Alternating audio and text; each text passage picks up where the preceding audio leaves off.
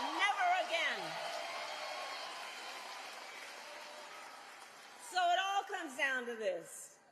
We are all here together, spending this time together because we love our country. We love our country. We love our country. And we know the privilege and pride, that comes with being American. And I do believe it is the highest form of patriotism to fight for the ideals of our country. That is how we realize the promise of America. Georgia, for the past 2 election cycles, voters in this very state, you who are here, have delivered. You sent 2 extraordinary senators to Washington, D.C.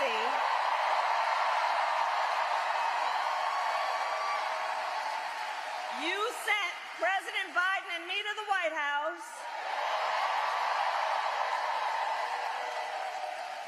You showed up.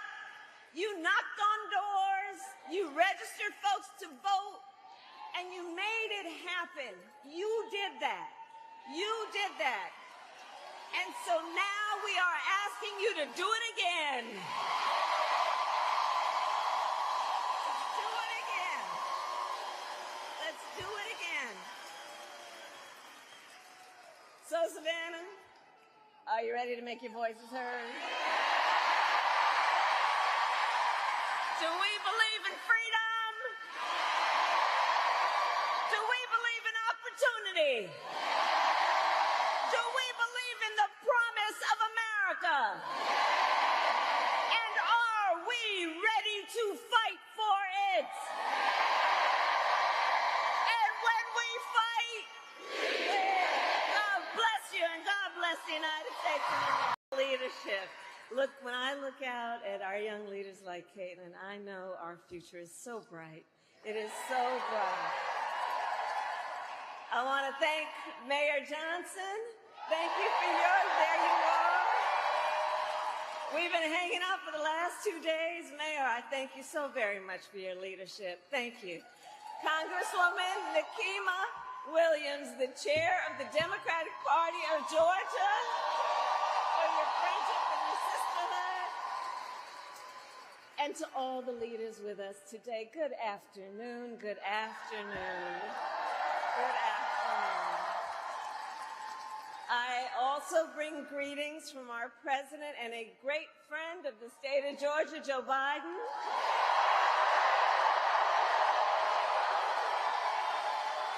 And let us also send our love to the great president from the state of Georgia, Jimmy Carter.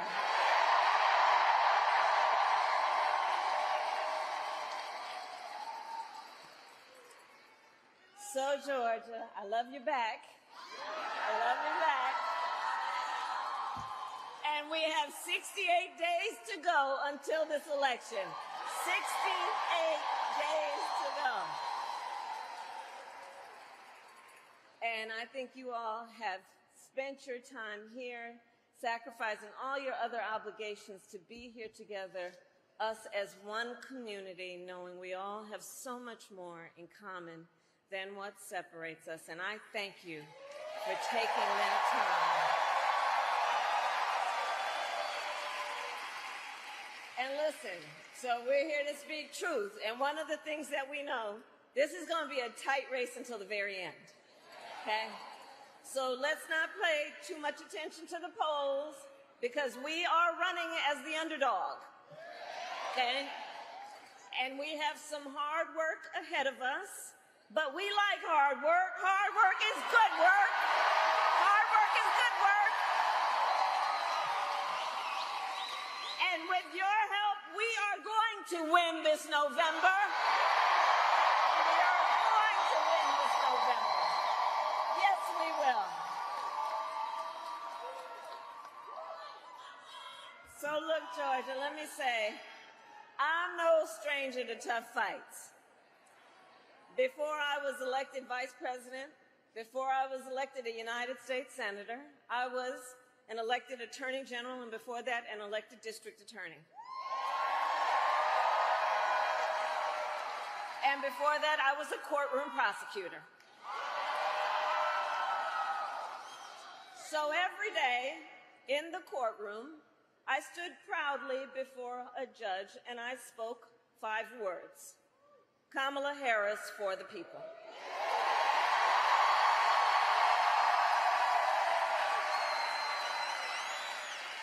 My entire career, I've only had one client: the people. I stood for women and children against predators who abused them. I took on the big banks and delivered $20 billion for middle-class families who faced foreclosure. I fought against cartels who traffic in guns, drugs, and human beings. And I stood up for veterans and students being scammed by big for-profit colleges, for workers who were being cheated out of the wages they were due, and for seniors facing elder abuse. And I will tell you, those fights were not easy. And neither were the elections that put me in those offices. But we never gave up, because the future is always worth fighting for. Always. And that is the fight we are in right now, a fight for America's future. We fight for a future with affordable child care, paid leave, and affordable health care.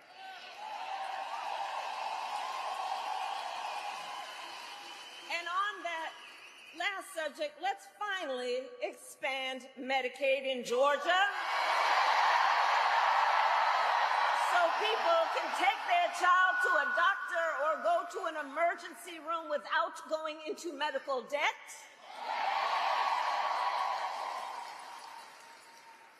We fight for a future where we build what I call an opportunity economy, so that every American has the opportunity to own a home, to start a business, and to build wealth and intergenerational wealth.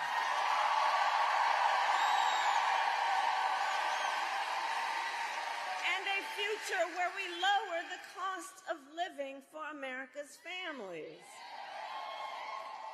So when I was Attorney General, I went after price-fixing schemes. And love you back, love you back.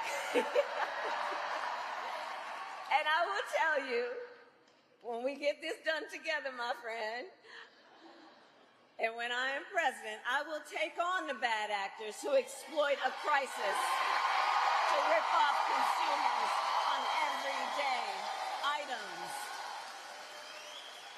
Who rip off consumers on everyday items like groceries. I will take on Big Pharma and cap the cost of prescription drugs and insulin for all Americans.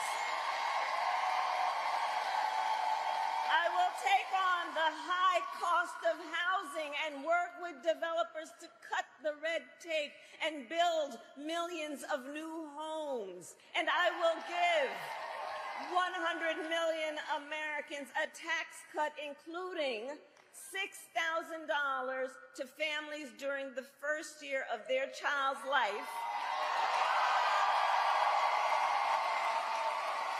Understanding folks just need a little help from time to time, and it's not about just getting by, it's about getting ahead. $6,000 in the first year of a child's life to help pay for that car seat or the crib or the baby clothes.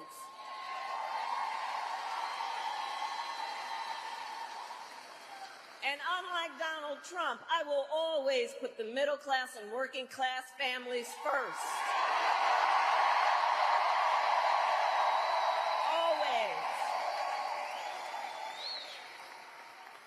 I come from the middle class. I know what I'm talking about.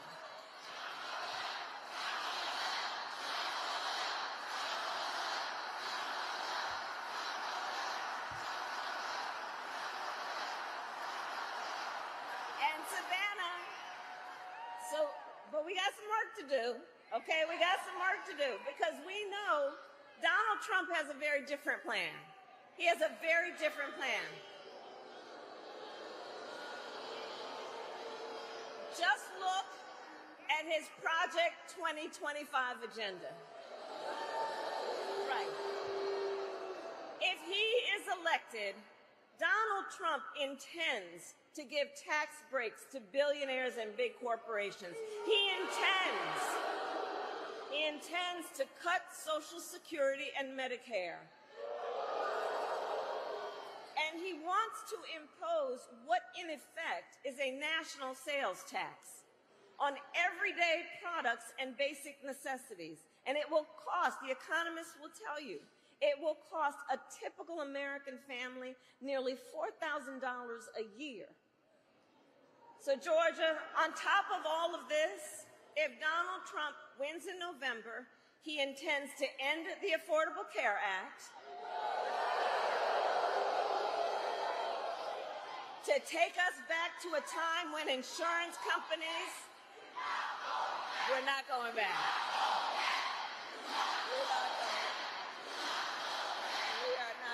We're going forward.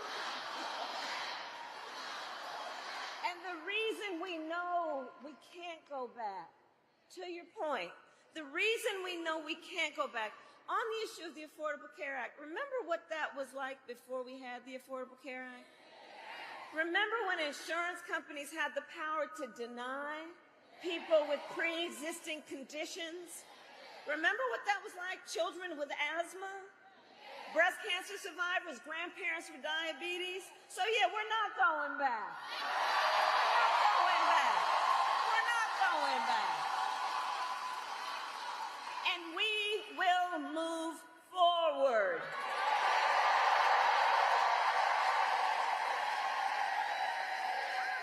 Ours is a fight for the future.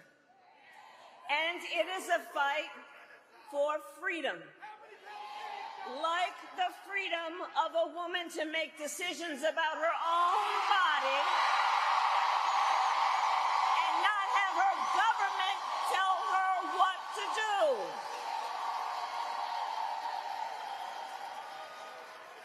And understand how we got here. When he was president, Donald Trump handpicked 3 members of the United States Supreme Court with the intention that they would undo the protections of Roe v. Wade, and they did just as he intended. Donald Trump will go further. He will sign a national abortion ban, you best believe. And he would create a national anti-abortion coordinator and force states to report on women's miscarriages and abortions. It's right there in Project 2025. I've said it before, and I'll say it again. Simply put, they are out of their minds. Why don't they trust women? Well, we trust women. And when Congress passes a bill to restore reproductive freedom as President of the United States, I will proudly sign it into law. Proudly.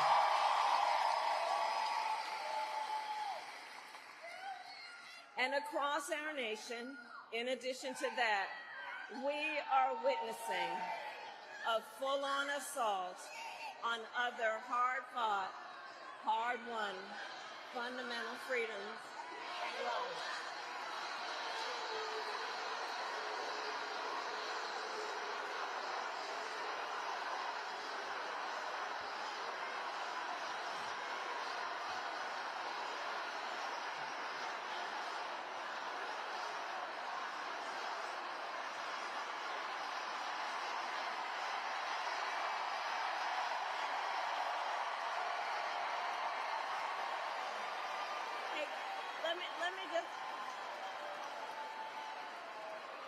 Let me just say something. Hold up for a second. Let me just say something. We are fighting for a democracy. Everyone has a right and should have their voices heard. I am speaking now, but on the subject, I will say this. The president and I are working around the clock. We've got to get a hostage deal done and get a ceasefire done now.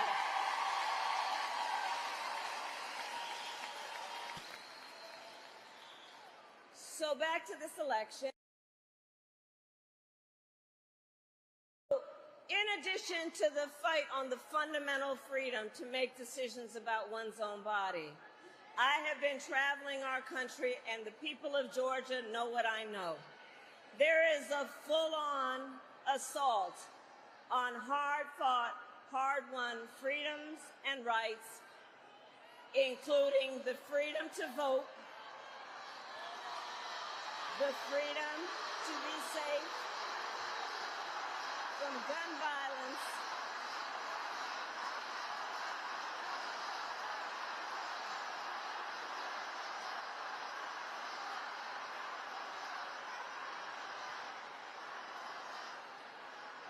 and an attack on the freedom to love who you love openly and with pride. And we will fight against all of that, including the freedom to live free from the pollution that fuels the climate crisis. Here's the thing. Generations of Americans before us led the fight for freedom. Now, Savannah, the baton is in our hands.